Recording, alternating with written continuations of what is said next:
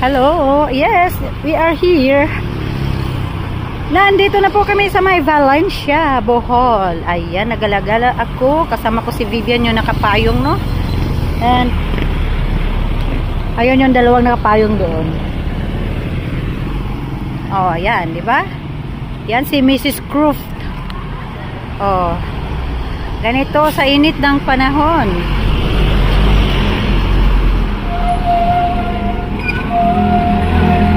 Oh, ayan yung dalawa, oh. Coming.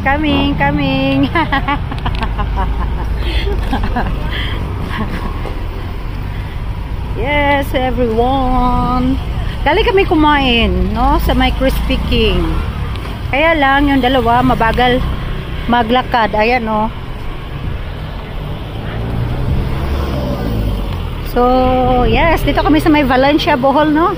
So, bali, from Tubigon, mahina lang kasi takbo ko. So, 3 and a half hours, no? Tinakbo ko ng 3 oras at kalahati.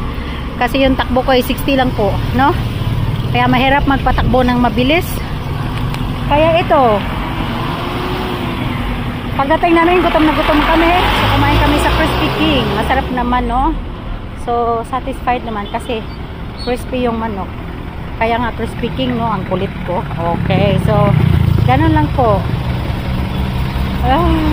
So, ayun yung sasakyan. Ayan si Vivian.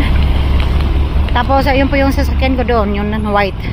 Ang layo ng pinarking namin kasi nag-alala po ako, no, baka maklamping ba ako, maklamping. Wala na akong pambayad, no? Pag naklamping, so ayan yung sasakyan ko. Ayan, so medyo nahingal ako kasi malayo na rin ang nilakad namin, no? Tapos mainit pa ang panahon. Ayan. Ayun yung dalawa, oh. So ito po ako.